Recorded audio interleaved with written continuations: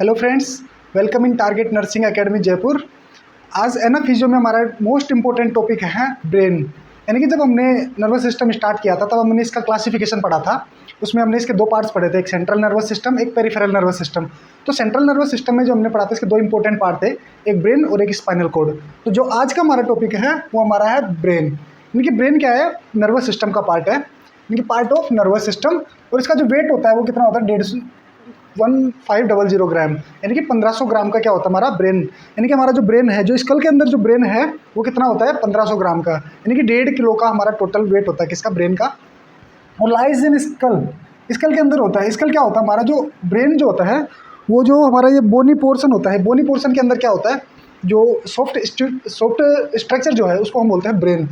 और वो ब्रेन किसके अंदर होता है? स्कल के अंदर। जब भी हमारे इंजरी होती है तो पहले इंजरी जो होती है वो हमारे स्कल को होती है, उसके बाद हमारे ब्रेन को होती है। तो ये हमारा ब्रेन। ब्रेन के जो सबसे इंपॉर्टेंट पार्ट्स हैं उनके अंदर सबसे पहला पार्ट है सेरिब्रम। जब फिर हमने ब्रेन को आगे क्लासिफाई किया था तो हमने ब्रेन के 3 पार्ट पढ़े थे, प्रोजेंसिफेलोन, मेजेंसिफेलोन और रोम्बेंसिफेलोन।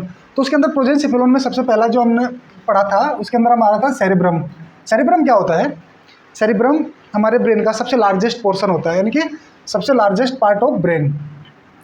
जो जितना भी हम टोटल्स पूरा ब्रेन पढ़ेंगे तो ब्रेन के अंदर हम जो सेरिब्रम पढ़ेंगे वो क्या होता है? हमारा सबसे बड़ा पार्ट होता है। सेरिब्रम क्या होता है कि हमारे 2 गोले होते हैं। वो 2 गोले क्या होते हैं? एक स्ट्रक्चर होती है, एक ग्रूव होता है, वो इन दोनों को अलग करके रखता है। यानी कि 2 गोले, एक गोला लेफ्ट गोला जिसको हम लेफ्ट हेमिस्फीयर बोलते हैं, एक राइट गोला जिसको हम राइट हेमिस्फीयर बोलते हैं। इसके अंदर क्या होगा? इन दोनों को एक स्ट्रक्चर अलग करके रखती है जिसको हम फाल्स सेरिब्राई बोलते हैं। और ये दोनों को इन दोनों स्ट्रक्चर्स को एक स्ट्रक्चर कनेक्ट करके रखती है जिसको हम कॉर्पस कैलोसम बोलते हैं।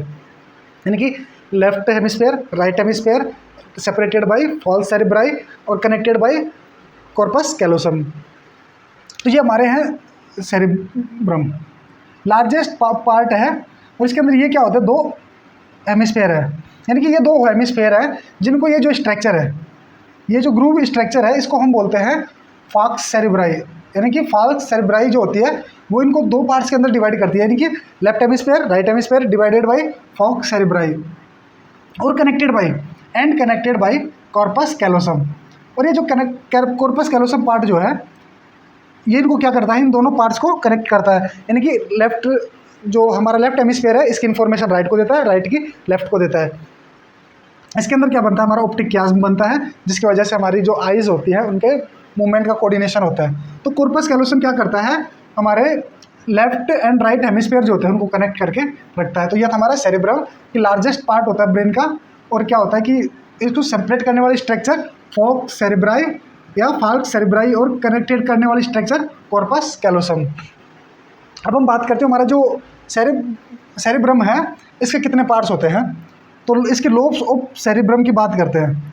तो सेरिब्रम के लोब्स जो हैं, इस स्ट्रक्चर को देखिए, ये क्या होता है? हमारे ब्रेन है। अब इस ब्रेन को हमने क्या किया है? एक साइड से काट दिया है। यानी कि अगर मैं खड़ा हूँ और अगर मैं मेरे ब्रेन को काट दूँ, यानी कि ये मैंने यहाँ से काट दिया, उसके बाद जो स्ट्रक्चर हम देखते हैं वो स्ट्रक्चर है ये। यानी कि लॉन्गिट्यूडिनल सेक्शन के बाद में जो स्ट्रक्चर हमें मिलती है उस स्ट्रक्चर को हम लेटरल साइड से देख रहे हैं। यानी कि मेरे को यूँ काटने के बाद जो इस साइड का व्यू आता है वो व्यू आता है हमारा ये सेरिब्रम का। तो सेरिब्रम के अंदर क्या होते हैं? 4 पार्ट होते हैं, frontal, parietal, temporal, occipital. Frontal, parietal, temporal, occipital. तो सबसे आगे वाला जो पार्ट होता है जो आपको फ्रंट में दिख रहा है, मेरा ये पार्ट जो दिख रहा है फ्रंट में, 4 हेड वाला, इसको हम बोलते हैं फ्रंटल। यानी कि 1 नंबर पार्ट जो है उसको हम बोलते हैं फ्रंटल। फिर आपको ये पार्ट दिख रहा होगा जिसके ऊपर मेरे बाल हैं, ये जो पार्ट साइड में है, टॉप के ऊपर पार्ट है, इसको हम बोलते हैं पैराइटल। यानी कि 2 नंबर पार्ट जो है इसको हम बोलते हैं पैराइटल।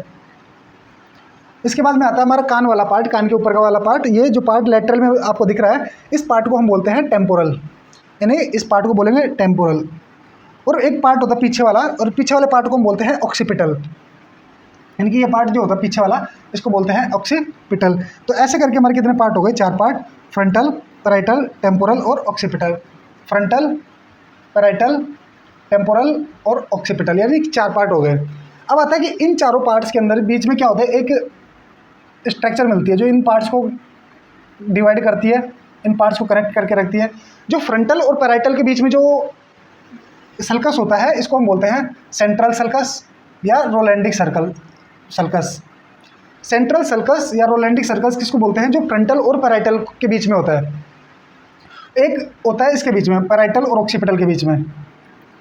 तो पैराइटल और ऑक्सीपिटल के बीच में, पैराइटल और ऑक्सीपिटल के बीच में जो होता है इसको बोलते हैं हम पैराइटो ऑक्सीपिटल, पैराइटो ऑक्सीपिटल। एक सल्कस कहाँ मिलता है हमारा, जो हमारी पैराइटल और टेम्पोरल बोन जो है इसके बीच में, यानी कि इन दोनों को जो कनेक्ट करके डिवाइड करके रखता है उसको हम बोलते हैं सिल्वियन सल्कस या लेटरल सल्कस। यानी कि हमारे जो लेटरल पोर्शन में जो होता है हमारे इसको और इसको जो कनेक्ट करके रखता है उसको हम बोलते हैं लेटरल सल्कस या सिल्वियन सल्कस। तो ये थे हमारे 4 सल्कस, यानी फ्रंटल पैराइटल को जोड़ने वाला सेंट्रल सल्कस, पैराइटल ऑक्सीपिटल को जोड़ने वाला पैराइटो ऑक्सीपिटल और पैराइटल टेम्पोरल को जोड़ने वाला हमारा सिल्वियन सल्कस या लेटरल सल्कस। तो ये थे हमारे इसके सल्कस। ये हम और पार्ट थे कितने, 4 पार्ट। सेरिब्रम की कितनी लोब होती है, 4 लोब, फ्रंटल, पैराइटल, ऑक्सीपिटल और टेम्पोरल। अब हम बात करते हैं कि फंक्शन ऑफ सेरिब्रम, या फिर हम जब हम इसका फंक्शन पढ़ेंगे तो या तो चारों का फंक्शन पढ़ लो या फिर हम सेरिब्रम का एक एक करके फंक्शन पढ़ ले। तो बजाय हमारे लिए इजी क्या होगा कि हम एक साथ सेरिब्रम का फंक्शन पढ़ने के हम चारों का अलग अलग पढ़ते हैं, जिससे हमें लोब का फंक्शन भी याद हो जाएगा और हमें सेरिब्रम के फंक्शन भी याद हो जाएंगे। तो फर्स्ट बात करते हैं हम फ्रंटल लोब की। यानी कि अगर हम फ्रंटल लोब की बात करें तो फ्रंटल लोब के अंदर कौन कौन से फंक्शंस होते हैं, या फ्रंटल लोब जो होती है उसके अंदर कौन कौन से सेंटर्स होते हैं जो कि फ्रंटल लोब करती है। यानी कि जो काम फ्रंटल लोब करती है उसमें सबसे पहला हमारा आता है प्लानिंग। यानी हम जो भी प्लान करते हैं, ए ह्यूमन बीइंग जो भी प्लान करता है वो प्लानिंग उसके लिए उसका कौन सा ब्रेन एक्टिवेट होता है, फ्रंटल लोब वाला। यानी कि सेरिब्रम का कौन सा पार्ट, फ्रंटल पार्ट एक्टिवेट होगा प्लानिंग के लिए या ऑर्गेनाइजेशन के लिए, या हम जो भी ऑर्गेनाइजेशन बनाते हैं या ऑर्गेनाइजेशन करते हैं उसके लिए हमारा कौन सा पार्ट, सेरिब्रम पार्ट। उसके बाद में हमारी जो भी मोटर एक्टिविटीज़ होती हैं, यानी कि चलना फिरना कूदना बैठना उठना, जो भी हमारी एक्टिविटीज़ है मोटर एक्टिविटी, वो वहाँ कहाँ पे होती है, फ्रंटल लोब के अंदर। उसके बाद में पर्सनैलिटी, यानी कि एक जो ह्यूमन बीइंग है या एक आदमी जो है उसके पहनने का ढंग, बोलने का ढंग, उठने का ढंग, दूसरों से बातें करने का ढंग जो होता है वो पर्सनैलिटी और बिहेवियर, वो भी किसके अंदर आता है, फ्रंटल लोब के अंदर। आपके सामने कोई प्रॉब्लम आई, या फिर आप जैसे मान लो मैथ का कोई डाउट सोल्व कर रहे हो, या फिर आपके सामने कोई लाइफ चेंजिंग प्रॉब्लम्स है या कोई लाइफ की प्रॉब्लम है, उसको सोल्व करने के लिए, यानी कि प्रॉब्लम की सोल्व करने की जो कैपेसिटी है वो हमारी फ्रंटल लोब के पास होती है। यानी कि प्रॉब्लम सोल्विंग कैपेसिटी जो होती है हमारी इसके पास होती है। वॉलंटरी मसल्स कंट्रोल, यानी कि जब मैं लिख रहा हूँ, यानी मेरी जो ऐच्छिक मसल्स होती है एक ह्यूमन बीइंग की ऐच्छिक मसल, बोलना लिखना और जो चलना, ये सारे किसके अंदर होता है, हमारा फ्रंटल लोब के अंदर। जितने भी वॉलंटरी मसल्स के कंट्रोल है वो फ्रंटल लोब में सेरिब्रम के पास होता है। यानी कि कोई पूछे सेरिब्रम के पास होता है, हाँ होता है। कहाँ पे होता है, फ्रंटल लोब के अंदर। उसके बाद में आता है ब्रोकाज एरिया। ब्रोकाज एरिया का क्या होती है, हमारी जो मुंह की जो टंग की जो मसल्स होती हैं, यानी कि ब्रोकाज एरिया के अंदर क्या होता है, हमारी टंग की जो मसल्स होती है उनको कंट्रोल करता है। यानी कि ये क्या करता है, हमारा बोलने में हेल्प करता है। ब्रोकाज एरिया स्पीक में हेल्प करता है, स्पीक, यानी कि मैं जो बोल रहा हूँ उसके लिए मेरा कौन रेस्पॉन्सिबल है, ब्रोकास एरिया। और ये किसको कंट्रोल करता है, टंग की जो वॉलंटरी मसल्स होती है उनको कंट्रोल करता है कौन, ब्रोकास एरिया। अगर इस ब्रोकास एरिया के अंदर प्रॉब्लम हो जाए तो उस पेशेंट को क्या होता है, एक्सप्रेसिव अफेजिया होता है, एक्सप्रेसिव अफेजिया।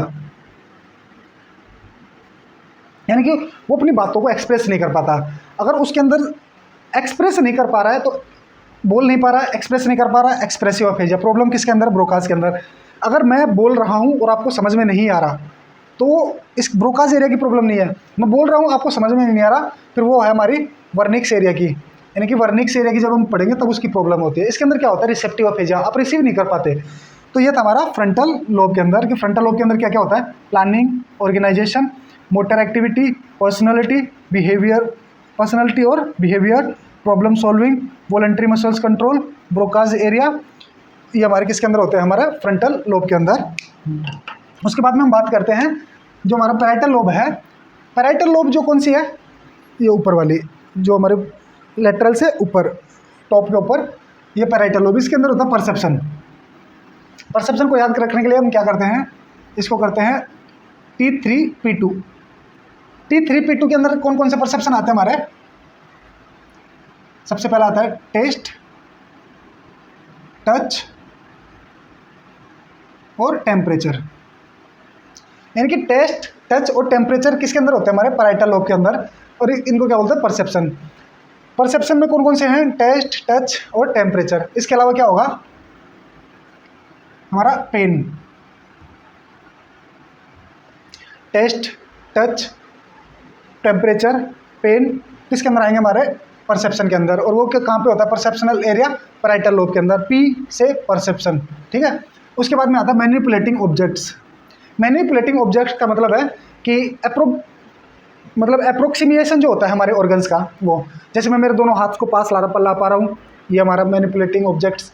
मैं अच्छे से बोर्ड पे लिख पा रहा हूँ, ये हमारा मैनिपुलेशन। ये जो भी काम होता है हमारा, मतलब परफेक्शन से जो भी काम करते हैं, वो हमारे किसके अंदर आता है? पैराइटल लोब के अंदर। उसके बाद में स्पेलिंग।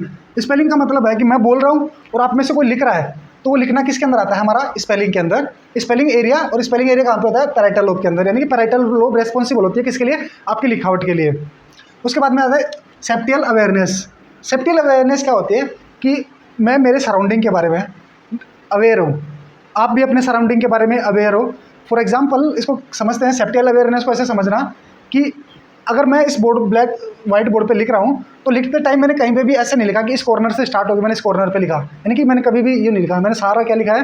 या तो वर्टिकल लिखा है कहीं पे, या फिर हॉरिजॉन्टल लिखा है।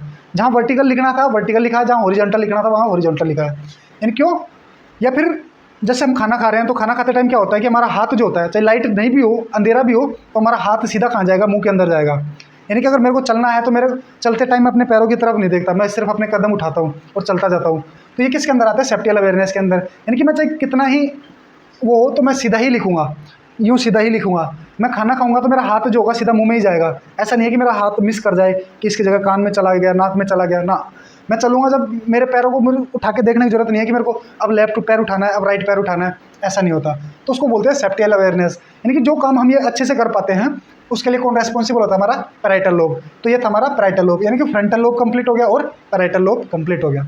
अब थर्ड बात करते हैं हम टेम्पोरल लोब की। टेम्पोरल लोब के अंदर क्या होता है?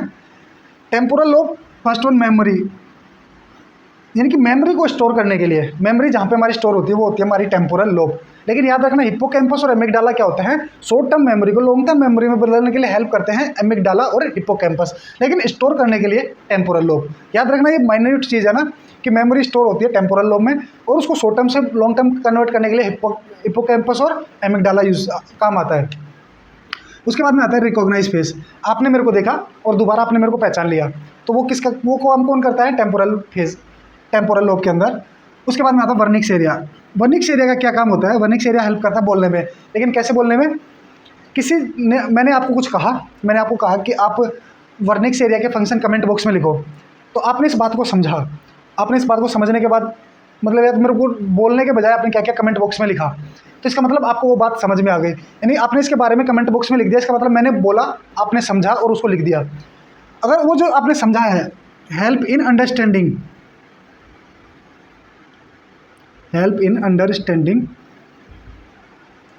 ऑफ लैंग्वेज, यानी कि जो मैंने बोला और जो आपने समझा, अगर आप समझ पा रहे हो, तो वो वर्निक्स एरिया का उसमें इंपॉर्टेंट रोल है। उसके बाद में आता है लैंग्वेज, यानी कि मैं जो बोल रहा हूँ, जो लैंग्वेज मेरे को आ रही है, मतलब अभी मैं हिंदी बोल रहा हूँ, तो वो जो लैंग्वेज है, कि अगर मैं इसको, if I can use English in the teaching, तो वो किसके अंदर आएगा? लैंग्वेज के अंदर। कि मेरे को हिंदी आती है, इंग्लिश आती है, या फिर मेरे को आसामीज़ आती है, मेरे को राजस्थानी आती है, मेरे को पंजाबी आती है, तो वो किसके अंदर आता है? हमारा लैंग्वेज के अंदर। और उसके लिए कौन रेस्पॉन्सिबल है? Temporal lobe. और ऑडिटरी और ओल्फैक्शन, यानी कि सुनने के लिए